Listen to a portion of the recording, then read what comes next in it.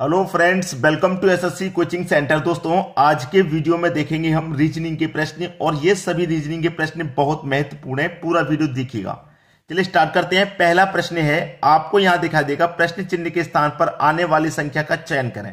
प्रश्न चिन्ह के स्थान पर, लेकिन प्रश्न चिन्ह कहां पर है? ये रहा प्रश्न चिन्ह के स्थान पर। दोस्तों मैंने एक्स बना दिया है, आपको एक्स का मान फाइंड करना है, क्योंकि प्रश्न चिन्ह में बहुत से लोग कंफ्यूज होते हैं। मैं इस तरीके से प्रश्न चिन्ह बनाता हूं तो बच्चों की शिकायत ये थी कि सर आप प्रश्न चिन्ह को बदलिए, क्योंकि हमें ऐसा लगता है जैसे दो बना हुआ है। इसीलिए मैंने प्रश्न चिन्ह को बदल करके उसके स्थान पर एक्स लगा दिया है।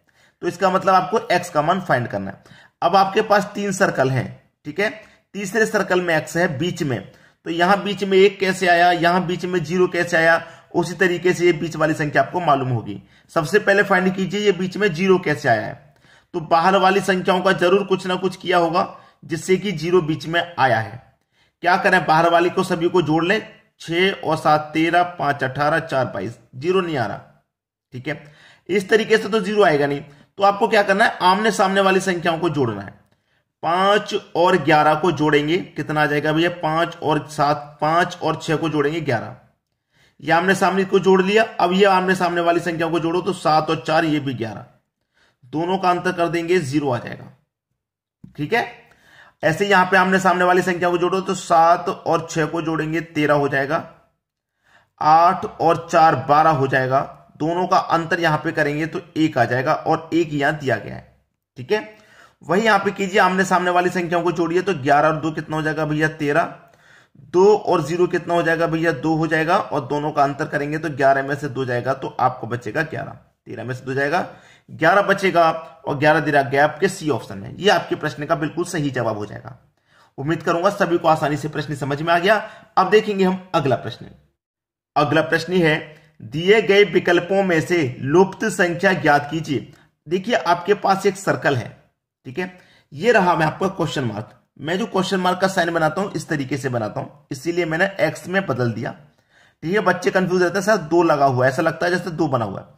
तो ये क्वेश्चन मार्क है, आपको यहां पे कौन सी संख्या आएगी ये बताना है।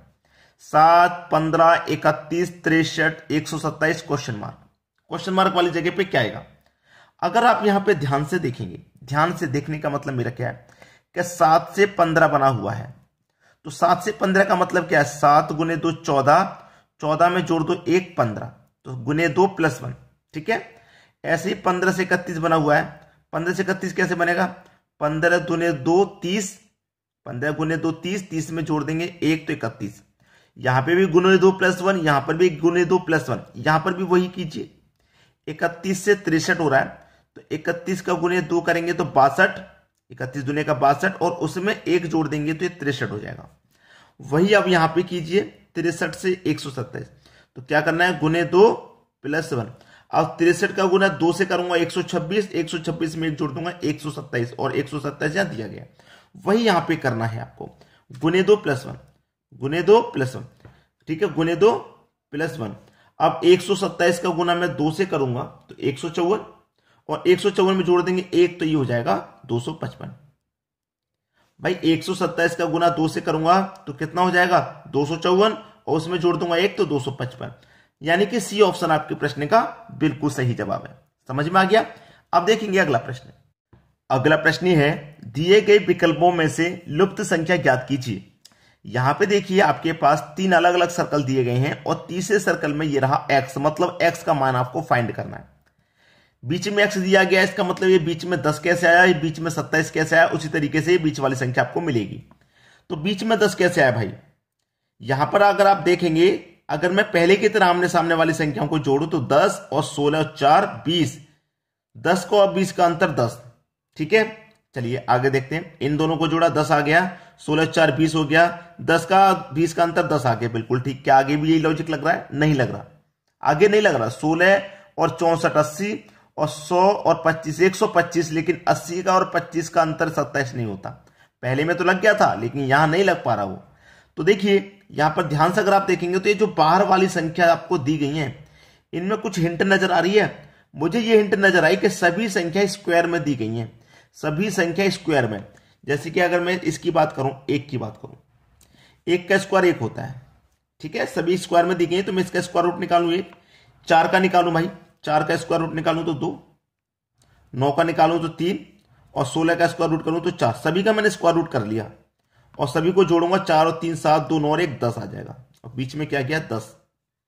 ऐसे यहां पे देखो 25 है, 5 का स्क्वायर रूट होता है भाई, इसका स्क्वायर रूट 5 होता है, प्लस 16 किसका स्क्वायर है 4 का, 4 ले लो।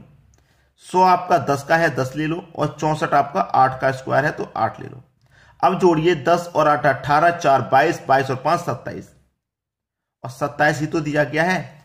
अब वही यहां पे देख लो ये कितने का स्क्वायर है भाई 6 का, ये कितने का है 8 का, ये कितने का है 12 का, और ये 256 कितने का स्क्वायर है भाई 256 है आपका 16 का। ठीक है, सबको जोड़ लो।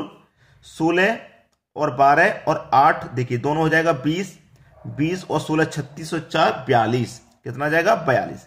तो यहां पर x की जगह पे क्या जाएगा दोस्तों 42 आ जाएगा। अब 42 दे रखा है आपके डी ऑप्शन में, ये आपके प्रश्न का बिल्कुल सही आंसर है। अब देखेंगे अगला प्रश्न। अगला प्रश्न है आपको दो अलग अलग त्रिभुज दिखाई दे रहे हैं, दो अलग अलग त्रिभुज, लेकिन यहां 12 है और यहां x है। ये x का मान ही आपको फाइंड करना है। सबसे पहले ये देखिए कि यहां पे 12 कैसे आ रहा है, यहां पे 12 कैसे आ रहा है ये मालूम हो गया, तो यहां पे x कैसे आएगा वो भी आपको मालूम हो जाएगा। अब देखिए यहां पे अलग अलग संख्या दे रखी है, एक अंदर एक बाहर कॉर्नर पे, एक अंदर एक बाहर, एक अंदर एक बाहर। अगर मैं इस अंदर और बाहर वाली संख्या को अंतर करूं तो 12 और 16 का अंतर आता है 4। यहां पे भी दोनों का अंतर करूं 18 का और 14 का अंतर आएगा 4। और यहां पे भी मैं अंतर करूं 17 का 13 का अंतर आएगा 4। ये 4 और ये 4 मिलकर के कितना हो गया 12 हो गया। हो गया कि नहीं, ये 4 और ये 4 मिलकर के 12 हो गया कि नहीं हो गया। चारों को ऐड कर दिया मैंने, ये 4 जो थे इनको ऐड कर दिया। वहीं यहां पे देखो कितने का अंतर है 18 का और 23 में कितने का अंतर भाई 5 का, 24 में 19 का भी 5 का अंतर, 25 20 में भी 5 का अंतर। भाई यहां पे मैं 4 और 4 8 4 12 को ऐड कर दिया, 5 और 5 10 5 15, तो इसका मतलब x की जगह पे क्या आने वाला भाई 15। पहला ऑप्शन बिल्कुल सही। क्लियर है सभी को। अब देखेंगे अगला प्रश्न। अगला प्रश्न है 6 8 x, x का मतलब यहां पे कौन सी संख्या आएगी वो आपको फाइंड करनी है। 9 3 13 10 14 1। अब देखिए नीचे की तरफ अगर मैं चलता भी हूं तो 10 14 1, यहां बड़ी संख्या नहीं है, तो हमें जो हिंट ये नहीं मिली कि मुझे बड़ी संख्या है। ऐसा नहीं है किधर भी बड़ी संख्या हो, ऐसे चलूंगा तो भी बड़ी संख्या नहीं है, नीचे की तरफ चलूंगा तो भी नहीं है, ऊपर की तरफ चलूंगा तो भी नहीं है, नहीं है ना। अगर किधर भी बड़ी संख्या रहती है तो हमें एक हिंट मिल जाता है कि प्रश्न को उसी तरफ सॉल्व करना है। अब यहां पे देखिए प्रश्न को हम कैसे सॉल्व करेंगे। सबसे पहले मैं क्या करूं सभी का जोड़ करके देख लेता हूं, जितने भी कॉलम है सबको जोड़ के देखूं। 6 और 9 15, 15 में 10 जोड़ा 25, 8 और 3 11, 11 में जोड़ूंगा 14, ये भी 25। जब ये 25 आया ये 25 आया तो भाई ये भी 25 आना चाहिए। ठीक है, 1 और 13 14, 14 में कितना जोड़ूं कि आपका 25 हो जाए। आप बोलेंगे सर 14 में 11 जोड़ दो 25 हो जाएगा, तो x का मान 11 आ गया, लेकिन ऑप्शन में भी तो 11 होना चाहिए। 11 ऑप्शन में दे रखा है, डी ऑप्शन में, बिल्कुल सही। ये आपकी प्रश्न का बिल्कुल सही जवाब हो गया। अब देखेंगे अगला प्रश्न।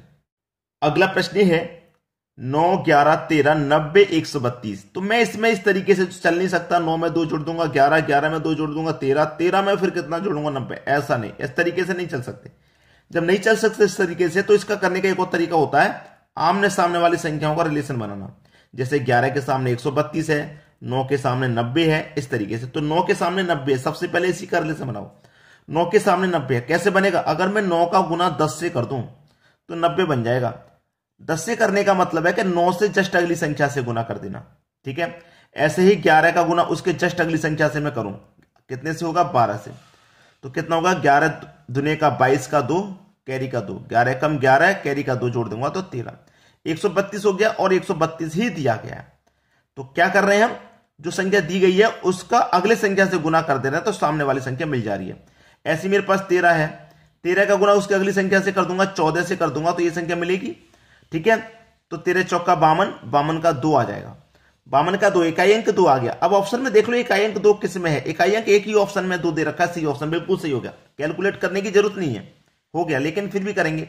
13 चौका 52 का 2 कैरी का 5, 13 कम 13, 13 में जोड़ दूंगा 5 तो 18 हो जाएगा, 182 आपका बिल्कुल सही हो गया।